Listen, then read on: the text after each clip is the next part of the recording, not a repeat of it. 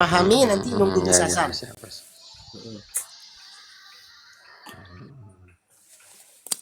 Ada lagi kira-kira? Insyaallah. Insyaallah. Alhamdulillah ada pencerahan nih. Oke, silakan yang lain. Kalau ada yang mau nanya lagi.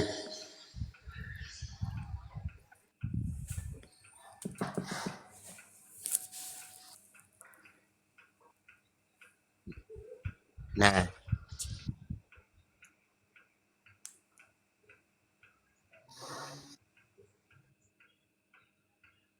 iya,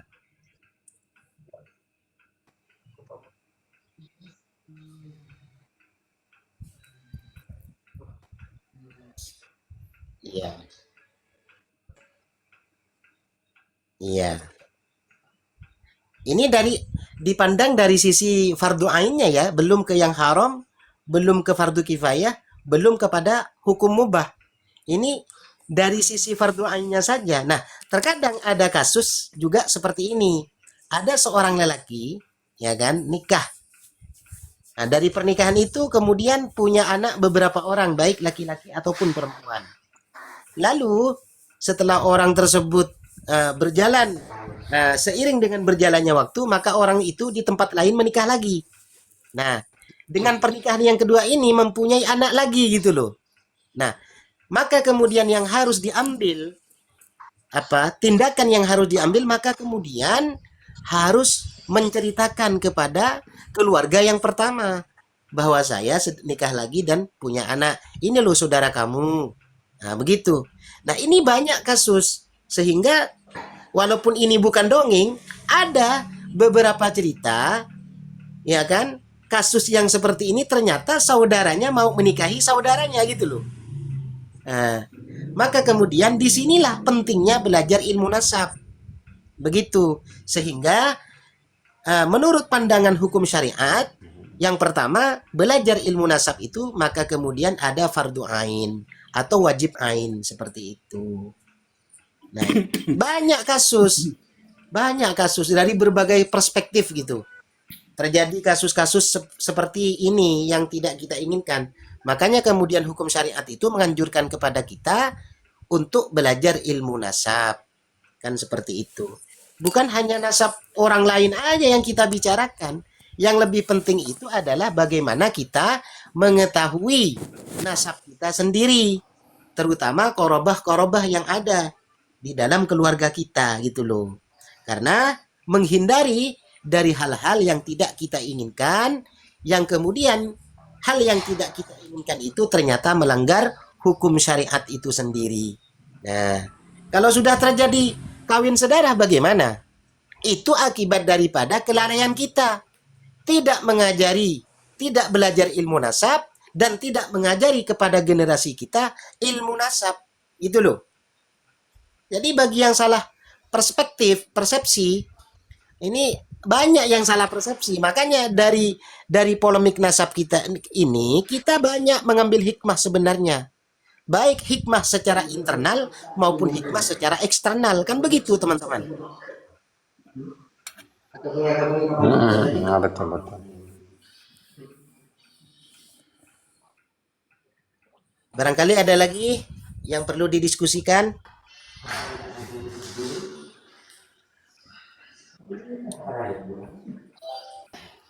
Yang kedua kan fardu kifayah nih. Fardun kifayatun fil ansabil ba'idati fala budda min mutakhassisin bihi yadhubbu 'anil ansabi da'awiyun al-kadzabi al-kadzabina wal wad'inah. Nah, yang kedua ini adalah fardu kifayah di dalam nasab yang jauh. Ya kan? Untuk apa mempelajari ilmu nasab yang jauh ini? Ya karena di sini ada fardu kifayah. Artinya wajib kifayah. Fardu kifayah itu bagaimana? Ketika ada satu orang di suatu golongan atau daerah, ya, sudah memahami dan mempelajari dan menguasai ilmu nasab itu, maka kewajiban yang lain itu jadi gugur. Nah, terutama yang ada di Indonesia, yang sudah fenomenal sekarang ini. Makanya banyak orang-orang yang masih bertanya, untuk apa bahas nasab? Nasab lagi, nasab lagi. Itu kan orang kurang jauh ngopinya gitu loh. Jadi pentingnya di dalam menjelaskan masalah nasab ini, di sini kita tinjau dulu dari hukumnya, hukum syariatnya. Mau dilihat dari sisi mana?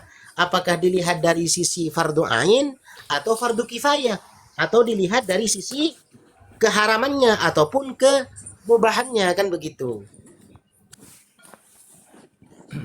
Sehingga kita ini tidak gampang untuk menjustifikasi orang lain. Makanya dari tadi kan dihimbau bagi orang-orang yang tidak senang terhadap room ini, monggo cari room yang sesirkel, kan begitu. Bagi yang suka mendengarkan grup ini karena ini konsepnya ngaji, ngaji ilmu nasab, karena di sini ada 4 hukum dari perspektif hukum syariat, maka silahkan mari kita sama-sama gitu.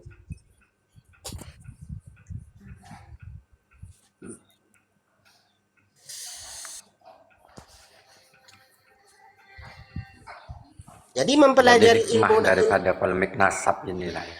iya, mempelajari ilmu nasab, apa namanya? Ketika kita masuk ke ruang lingkup fardu kifayah di dalam mempelajari ilmu nasab yang jauh ini, agar tidak ada orang ya yang menyambungkan nasabnya dengan pengakuan, sedangkan pengakuan ini penuh dengan kebohongan dan kepalsuan. Maka harus ada orang yang tampil untuk meneliti dan mempelajari nasabnya. Itu loh. Dan ketika di dalam suatu daerah atau suatu negara ada sekelompok orang mengintisabkan diri dan kelompoknya ya terhadap syakhsun ataupun tokoh ya dengan pengklaiman, tapi klaimnya tersebut penuh dengan kebohongan dan kepalsuan, maka wayasiru fardu ainin, maka jadilah mempelajari nasab tersebut, mengkaji, meneliti nasab orang tersebut menjadi hukumnya menjadi fardu ain. Ketika menjadi fardu ain, semuanya diam, semuanya silent, maka senegara ikut dosa semua. Itu loh. Terus dosa kabeh ya.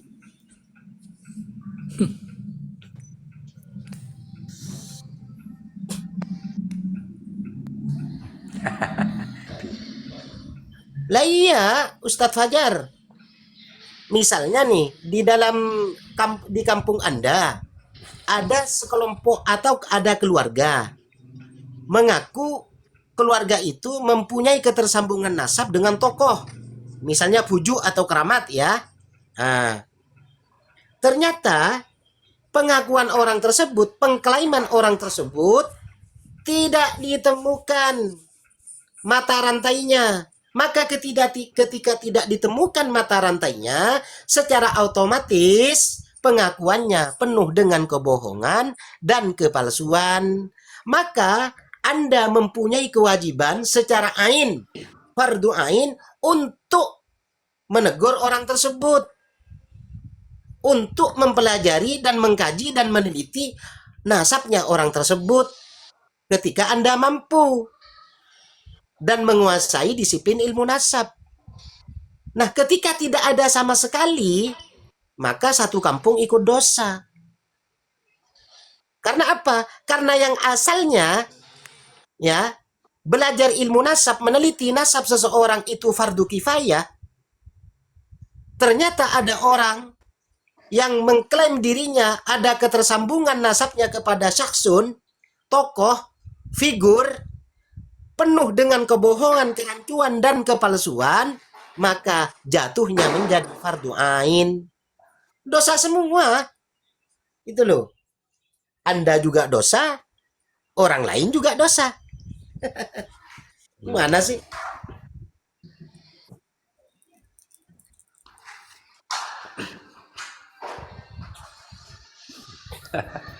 Apa kata orang Arab itu? Lala kazab katanya. Ya, masalah pengakuan terhadap bujuk itu bisa didiskusikan secara kekeluargaan. Yang penting tidak mengaku keturunan Rasulullah. Gitu loh. Kalau masalah fujuk masih bisa di tracking, masih bisa dibuktikan dengan bukti-bukti yang ada. Kalau memang tidak ada bukti, walaupun ngaku turunan juk tuampar, tapok mun lagar palsu. Kok repot amat? Mun saya tak bengal. Tidak berani saya tuh ngaku-ngaku keturunan siapapun. Yang jelas itu saya anak abah. Abah anak kakek. Karena masih ada semuanya. Itu. Nah, Saya ketika tujuh sampai buku. pada jalur yang di atas, saya tidak berani kecuali telah diteliti, ada bukti sejarahnya, ada maktutot ataupun manuskripnya, ada arkeologinya, ada filologinya, baru saya berani ngaku. Kalau sudah disaksikan dan dibuktikan oleh orang-orang yang punya kompetensi di bidang ilmu nasab dan penelitian ilmu nasab, gitu loh. Assalamualaikum. Waalaikumsalam. Waalaikumsalam. Waalaikumsalam warahmatullahi wabarakatuh. Ya Cek makanya kan dua pemakna begini. penasab saya bahas madu lesunur ya. Abdul Qadir, begini Abdul Qadir 88. Bukankah selama ini akibat daripada mengaku-ngaku nasabnya tersambung kepada Rasulullah, nasib mereka berubah jadi raja, ya kan? Jadi orang free, enak nyuruh orang-orang lain, sangat sangat gampang dan sangat ringan untuk melecehkan dan merendahkan orang lain, kan begitu. Ente ya, kalau tidak menuruti perintah aneh, ente tidak dapat syafaat Rasulullah. Enak banget itu. Makanya dari pengakuan terhadap nasab, maka kemudian merubah menjadi nasib, merubah nasib, gitu loh. Injit aneh, injit aneh, injit aneh, Monggo Mas Imam. Marah Mas Imam. Akan ke injit aneh, injit aneh. Tidak dapat syafaat dari injit aneh. Terus Mas Imam. Col Mas Imam mocol. Apa yang mau diocol? Tadi saya naik ke rumahnya Ahmadi itu. Ada orang perbatasan Probolinggo Situbondo. Itu tadi sudah mulai sadar Oh, Ahmadi bahwa Leka, sudah Mas Imam. ada ketertarikan gitu. Yang awalnya muhibin betul, karena di Probolinggo Situbondo itu muhibinnya masih banyak. Terus dia tanya gimana caranya untuk menyadarkan orang-orang yang masih cinta Habib. Terus saya bilang, ya biarin aja, biar waktu yang jalan. Toh kami yang lain juga dulu seperti itu, termasuk Bang Rofik namanya, termasuk Bang Rofik. Ini kan mulai tertarik dengan polemik nasab. Itu. Ya saya kasih tahu kalau mau yang data detail ke grupnya Gus Hasan. Kalau yang mau ya pokoknya kan banyak room di Mukimat ini, kan banyak room yang nyerocos juga ada roomnya itu. Ada farmnya masing-masing. Tapi dia bilang sudah pernah di roomnya Gus Hasan katanya. Mungkin mudah-mudahan ada di bawah sekarang. Yuk lanjut. ya. Tapi dipastikan kalau masuk room sini Mas Imam pasti pintar. Saya naiknya cuma berapa kali langsung pintar, Mas. Kan dari tadi Mas Imam yang kita bahas al-hukmu syar'iyyu li ta'allumin nasabi. Hukum syariat di dalam mempelajari ilmu nasab. Ya, dari tadi itu. Jadi ya'tamadul hukmu syar'iyyu 'alal ghayah. Artinya bersandarkan hukum syar'i itu 'alal ghayah, atas seluruh perspektif, segala dimensi dan segala lini gitu ya. Jadi memahami ilmu nasab, setelah mempelajari ilmu nasab itu ada ada hikmah ataupun ada efek positif yang sangat luar biasa dari segala aspek. Seperti itu Mas Imam. Maka kemudian hukum syariat itu kemudian mengeluarkan hukum. Di dalam pandangan syariat, mempelajari ilmu nasab itu yang pertama ada fardu ain, yang kedua fardu kifayah, yang ketiga hukumnya haram. Ya, mempelajari ilmu nasab itu kalau ada sesuatu yang kemudian mendegradasi, ya, kalau hanya untuk untuk apa namanya sesuatu yang tidak baik itu. Yang keempat adalah mubahun, artinya belajar iya, nggak belajar terserah.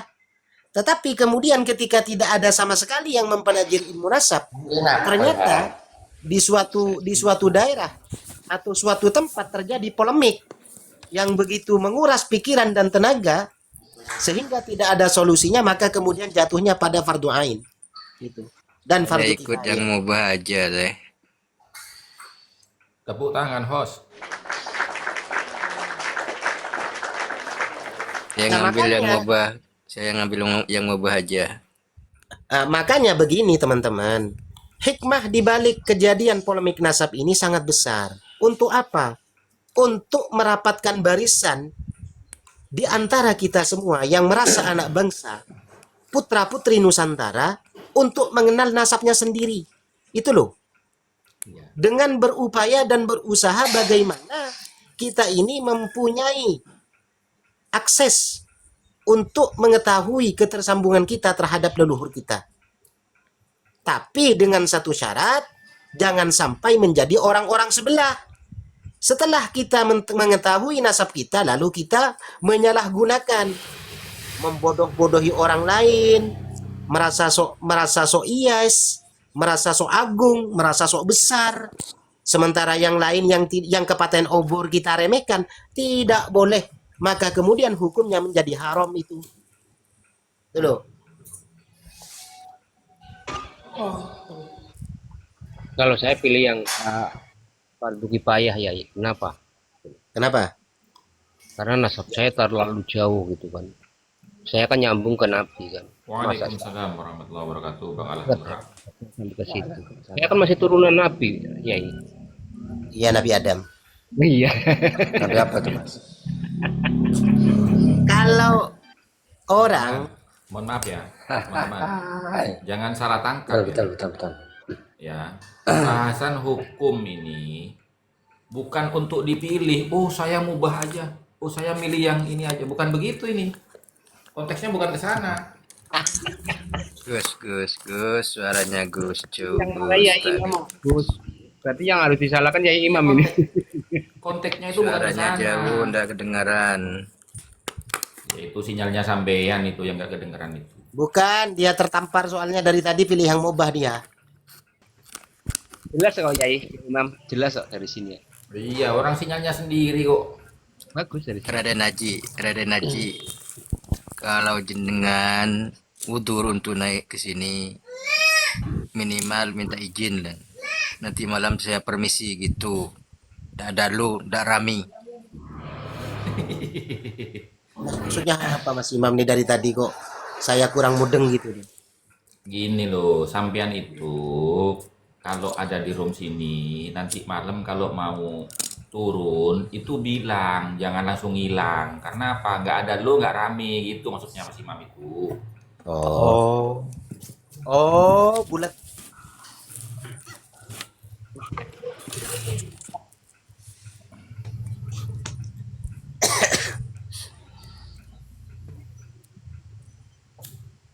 Jadi ini hukum bukan untuk dipilih teman-teman.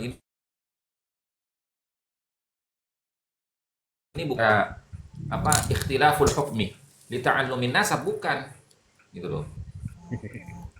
Ini ya Imam itu yang marahin. Mau enak aja mau milih saya yang Saya ubah aja. OTW ngida ya. Kalau saya ndak nyaut berarti saya ngida. Monggo lanjut. Oke. Ya. Yang al-mubah. Monyet cungka akhir monyet. Ar-rabi'u mubahun fit ta'allumin Tak boleh nasabi. tidur di room, tak boleh. Yang keempat, di dalam mempelajari ilmu nasab hukumnya ada yang mubah. Boleh belajar, boleh tidak belajar. Tapi wa huwa liman arada ta'allamuhu lil bahthil ilmiyyi wa ta'rifi ala usulin nas. Apa maknanya nih Gus? Wa Ya. ta'arrufi. Wa ta'arufi ala usulin nas. Bagi mubah itu bagi orang yang ingin belajar ilmu nasab itu karena dia ingin memiliki wawasan pengetahuan di bidang ilmu nasab gitu loh. Ya. Dan juga wat ta'arrufi ala usulin nas, dan untuk mempelajari ya, Asal. asal usul manusia Ya. gitu. Kalau memang dibutuhkan untuk studi keilmuan ya Gus ya. Mm-mm. Iya. Karena Nah, apa? seperti sekarang ini, sampean ya kan mubah belajar ilmu nasab itu mubah. Nah, ya. Untuk Saya apa? lanjutkan Untuk Gus. Sebentar dulu, saya mau menjelaskan dulu. Oh iya dia. Silakan. Untuk kita ini mubah mempelajari ilmu nasab. Untuk apa? Untuk mengetahui apa sebenarnya yang terjadi di dalam polemik nasab. Itu mubah, teman-teman. Nah, tapi ketika Anda ikut berkomentar, ikut membahas, maka bukan mubah lagi, wajib Anda. Supaya komentarnya nggak ngawur gitu. Begitu. Iya kan? Iya. Begitu. Jadi ketika seseorang sudah ikut terjun di dalam diskusi masalah pernasaban, agar narasinya tidak ngawur dan berlandaskan pada disiplin keilmuannya, maka hukumnya menjadi wajib mempelajari ilmu nasab. Setidak-tidaknya harus tahu kaedah, metodologi secara dasar gitu loh. Biar tidak debat kusir gitu. Nah, Betul. di dalam perspektif ilmu nasab ini, karena untuk kebutuhannya adalah lil bahthil ilmi wa ta'arrufi ala usulin nas, ya, maka kemudian Allah berfirman, disinilah ujung pangkalnya, ya. Bagaimana firmannya Allah? Saya potong karena di sini di dalam kitabnya potongan gitu. Waja'alnakum syu'uban wa qabaila lita'arafu. Dan telah aku jadikan kalian syu'uban, berbangsa bersuku-suku, wa qabaila, dan berbangsa-bangsa. Betul. Untuk apa? Syu'uban itu bangsa-bangsa. Ya, Qabail berbangsa-bangsa suku-suku. dan bersuku-suku, lita'arafu, agar supaya saling mengetahui atau saling mengenal. Salah satu contoh, mubah di dalam mempelajari nasabnya Heraklius, ya kan? Mubah di dalam mempelajari The King the Lionheart, gitu loh. Kira-kira Heraklius itu Ki Abalan ya Mas Imam kan deh ya. Nah iya, itu loh. Mubah di dalam mempelajari nasabnya Dzulqarnain. DNA Mubah saya mempelajari nyambung ke sana, nasabnya Gus. Nabiullah Khidir alaihi salam. Ki Betul. Haji, DNA saya nyambung ke DNA saya Zulkarnain menyambung ke gitu. dia. Kok itu Cuma, ya cuma hidung saya tak muncung nyambung ke saya Heraklius. tuh. Ada masih mamun ngantuk cakap cakap. Itu masuk ada makruhnya juga ya. Enggak ada. Nggak ada. Tidak ada. Enggak ada. Bukan makruh. Haram. Yang paling mentok itu tahu haram. makruh, takutnya makruh aja ndak tahu. Ya, enggak ada. Tapi ini ada lanjutannya Mas Imam. Ada Yang nomor lanjutannya. Ya ini nanti diterangkan yang nomor 3 lagi. Saya belum itu.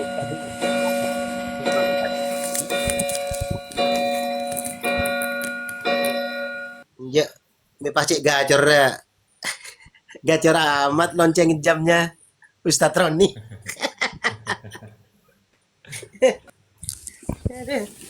Selingan baik. Ini haram itu maksudnya, ya haram itu maksudnya begini. Saya itu ya ingin menjatuhkan nama baik daripada Bang Syahroni, ya kan, supaya Bang Syahroni ini kredibilitasnya jatuh. Maka saya mempelajari silsilah nasabnya Bang Syahroni. Ternyata di dalam urutan silsilah nasabnya Bang Syahroni itu ada biografi, entah itu kakeknya atau buyutnya, ya, yang pernah ya, punya salah gitu kan, sehingga dihukum sama pemerintah gitu kan. Nah, akhirnya itu yang saya jadikan senjata gitu loh. Alah Sahroni turunane iki, biyen tahu di penjara karo pemerintah iku mbae gitu. Nah, itu ndak boleh, itu haram itu. Haram itu. Kalau untuk menjatuhkan secara individu Gus ya, agar dia terbunuh karakternya begitu Gus ya. Iya. Mm-mm. Tapi kemudian nanti kalau dijawab oleh Mukibin gimana Gus? Lah Jawab kalian, apa? Loh, lah kalau Ba'alawi itu kita tidak menghina nasabnya. Ba'alawi memang tidak tersambung. Itu masuk ke nomor 2 itu, bukan masuk nomor 3. oh sip. Enggak, Gimana? Coba baca itu. Coba baca itu nomor 3 dan nomor 2 itu dipahami dulu. ya kan kita ini mengantisipasi Gus, biar punya jawaban teman-teman nih Gus. Makanya saya tanya. Nah, Itu loh Gus. makanya kan Gi, makanya itu yang nomor 2 sama nomor 3 itu dipahami dulu. Ya, teks dan konteksnya gitu loh. Ini kan konteksnya itu coba bayangin nih. Ya, haramun idza kanal maksudu ya minhu minhu tatabba'ul mathalib wa uyubil ansab, ya kan, untuk Ya. mencari kesalahan wa uyubil ansab dan aib-aib dari urutan silsilah nasabnya. Berarti kan nasabnya nyambung ini. Iya, Nyambung iya. nasabnya. Cuma Iya, di iya. antara urutannya itu ada aibnya. Contoh misalkan ya, dari Saya dulu saya lah. Misalnya. gelur aja ruko guru saya jelasakin saya beri kitab. Mon situ kan ada kitab gitu loh. Iya, iya, iya. Terus. Contohnya keturunan daripada Sayyid Musa Al-Kadzim. Nah, Sayyid Musa Al-Kadzim ini salah satu keturunannya itu ada yang bergelar, ya kan, Al-Kadzab, gitu loh.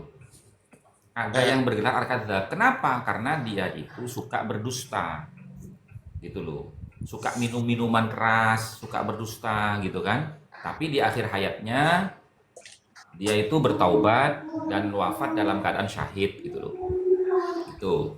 Nah, kemudian kita mempelajari sampai itu. Oh, kamu turunan Musa Al-Kadzim ya. Oh, mbahmu yang kesekian nih. Ini Al-Kadzab nih gelarnya nih. Itu enggak boleh itu. Itu enggak boleh itu. Iya, iya, iya, Gitu iya. loh. Paham. Karena aib leluhur, ya kan, itu tidak dipertanggungjawabkan oleh keturunannya. Gitu loh. Kecuali keturunannya punya perilaku yang sama, gitu.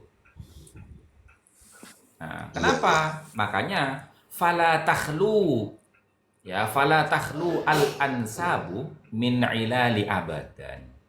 Karena ya silsilah nasab itu tidak akan kosong min ilali abadan dari cacat-cacat di dalamnya abadan selamanya, gitu loh. Ya kan? Iya, iya. Nah, itu. Nah, kalau Ba'alawi ini yang kedua, Pak. Yang kedua Ba'alawi ini. Iya, iya. Da'awa al-kadzabina wal wadda'ina. Ngaku-ngaku secara dusta dan memalsu. Itu Ba'alawi yang kedua ini. Yang ketiga itu beda. Yang ketiga ini tidak bicara nasab palsu. Tidak, nasabnya asli. Bersambung. Tapi di antara pongkol-pongkol nasabnya itu ada orang yang memiliki fajir. aib, Heeh. yang fajir gitu loh. Heeh. Itu maksudnya itu. Contoh misalkan yang lebih atas lagi, ya kan? Allah siapa? Kanjeng Nabi Muhammad. Allah Muhammad. Lihat tuh kakeknya aja Abdul Manaf namanya. Abdul Manaf itu kan penyembah dewa Manaf. Berarti kan bukan penyembah Allah. Nah, itu tidak boleh. Itu masuk ke nomor 3 itu. Gitu loh. Masuk ke hukum Gitu. haram. Iya. Iya. Lalu kalau pembahasan haram ini diarahkan kepada polemik nasab, ya itu paling bodohnya orang itu. Seperti konteksnya berarti itu. Iya.